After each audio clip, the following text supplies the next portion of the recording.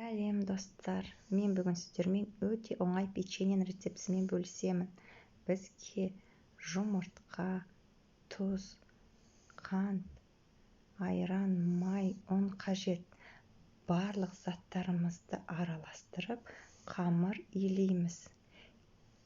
Қажетті заттарды мөлшері видеоның астында описаниеда көрсетілген. Артық ұнның қосудың қажеті жоқ.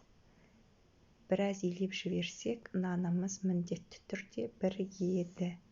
Видеоны соңына дейін қарап, менің каналыма тіркеліп, комментарий жазып, лайк басуды ұмытпаңыз.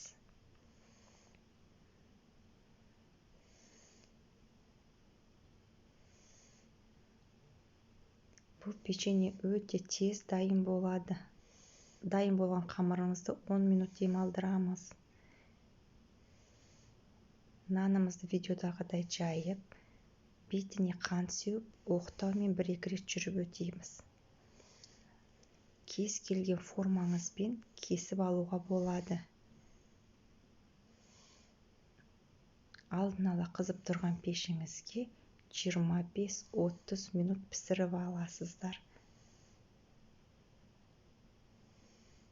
Мінеки печеньеміз дайын. Түрі әдемі, дәмі де өте ерекше.